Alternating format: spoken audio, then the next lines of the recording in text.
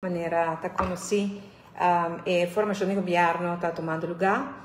Há já 3 semanas de eleição, nós temos mais de 3 lunas acaba que está tendo eleição, ainda nós não temos um governo. Tardança de informação ainda nunca antes visto, nunca Aruba passa de algo assim, e está muito perjudicante para Aruba mesmo.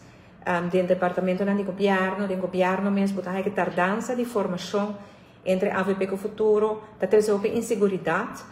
O departamento não está trabalhando de um nível, como tu pensa, no speed alto, porque nós estamos recuperando nosso país, tudo gente tem visão, não tem plan, não está trabalhando segundo isso, e de repente agora que não está posto maneira vai indo slow, pues já, o governo será forma, acaba, 3 lunas para formar um governo não está normal. Nós estamos nota que apenas 2 semanas passadas, 3 semanas passadas, na coisa que screening, me dá esse irresponsável de informador, não, sobre screening, então, coisa sério. É uma procedura que começa a tomar seu tempo e, bom, por força, queda claro, em 3, 4 semanas, o screening de 7 ou 8 candidatos de ministro.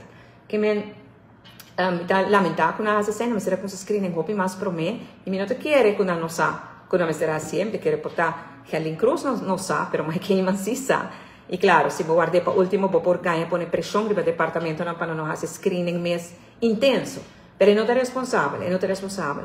Ayer nós tivemos uma reunião no parlamento, na qual havia tema de screening de lá, e como ministro, me explica o parlamento a mim, como governo, não tem rol de parte de screening, para sobre 2 formadores, não está fazendo screening, o governador tem rol, Raad van Advies, o presidente tem rol, pero o governo não, o ministro-presidente tampouco.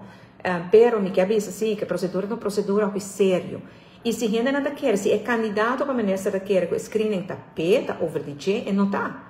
Screening, sua meta está como cidadão do país Aruba, nós tour, com outra parte de screening, porta tranquilo, com a pessoa que está agora propondo para virar candidato para ministro, tem uma integridade alta, não tem dúvida de sua integridade. E lei também diz que cultura se cumpre com ele para virar ministro.